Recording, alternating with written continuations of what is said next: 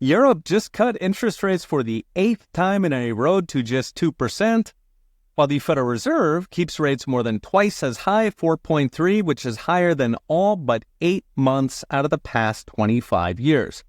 This all despite inflation running below the Fed's target and a slowing job market, which all prompted Donald Trump to go after, quote, too late Powell, demanding an immediate full-point cut. So why are rates so high? Central banks normally try to lower rates as much as possible. In fact, this is why bankers bribe central banks into existence.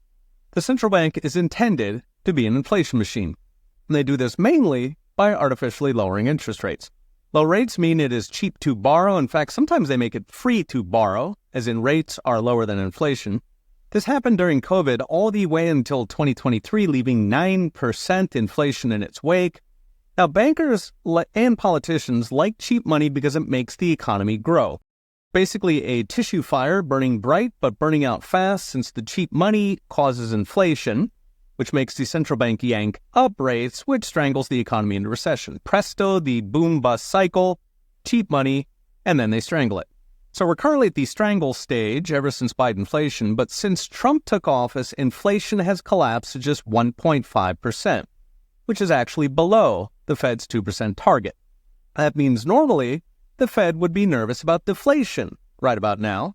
Throw in a slowing job market and tariff uncertainty, and a normal Fed would be feverishly slashing rates to goose the economy.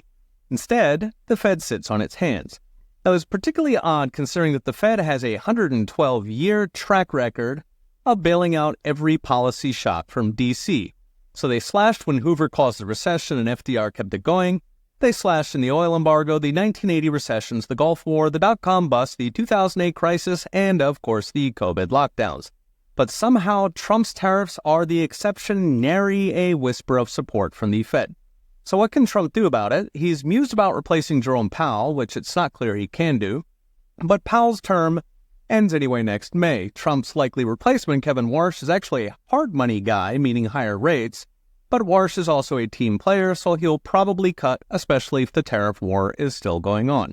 Still, that leaves a year of strangling the economy and the consumer with high rates. A year takes us to midterms, so Jerome Powell could effectively deliver a Democrat Congress.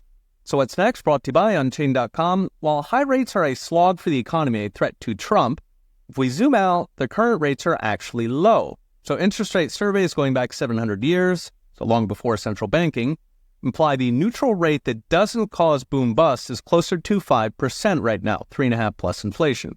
So Trump may envy Europe's 2% rates, but in fact, Europe is just doing the central bank routine, pumping an artificial boom with cheap money.